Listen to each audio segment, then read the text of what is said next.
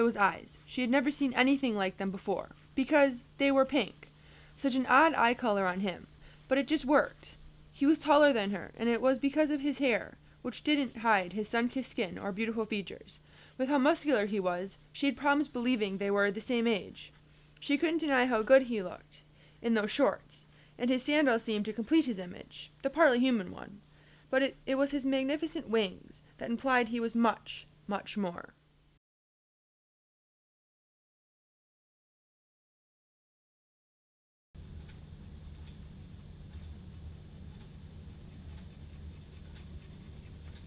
I was aware of my differences freshman year in high school, which was an interesting experience. I was afraid to try new things. It was also the first year I didn't have an art class in my schedule, which gave me more creative freedom and allowed me to draw more often.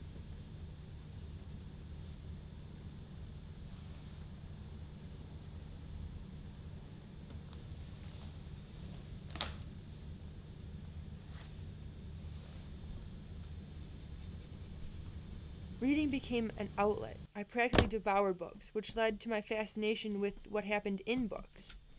Whether it be characters, locations, or a simple idea, I would always start with those ideas, turning them into something I believed was my own, but never was.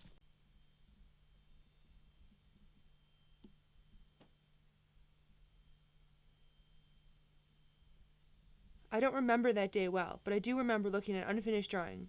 I didn't want it to remain unfinished, and that's how I spent my 6-hour study hall. When the bell rang, I knew I had found something, but it wasn't until later that I began to realize who I had discovered. He donned the name Edward and slowly took his place, first with the title of imaginary friend, then fairy. Edward began to grow up, like me, influencing me to find my own place in high school. With the introduction of theater, we both seemed to change tenfold. Edward got a new set of friends, and the way I drew him changed, too. Soon he started showing up in more places than just my sketchbook. Peer pressure. To Edward, it didn't exist, and suddenly became easier for me to deal with, as well as the negative, which I soon learned didn't faze me like it once had. My art changed as I began to expand my horizons, trying new techniques.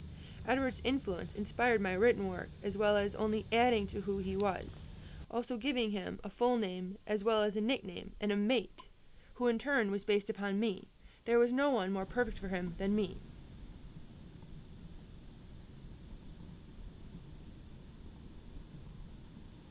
Why waste a perfectly good imagination?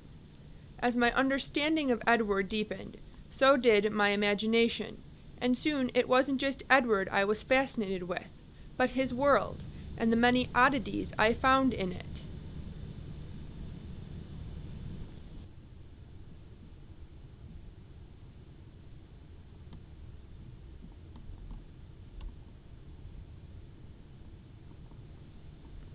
Edward's world became so clear, it felt real, and I found myself visiting it more and more often, unable to get enough. Mentally, I lived on his island too, while physically was a much different story.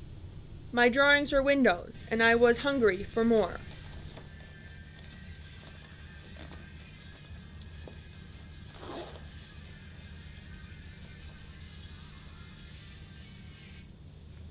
Edward is an inspiration, an unfinished drawing, a permanent question.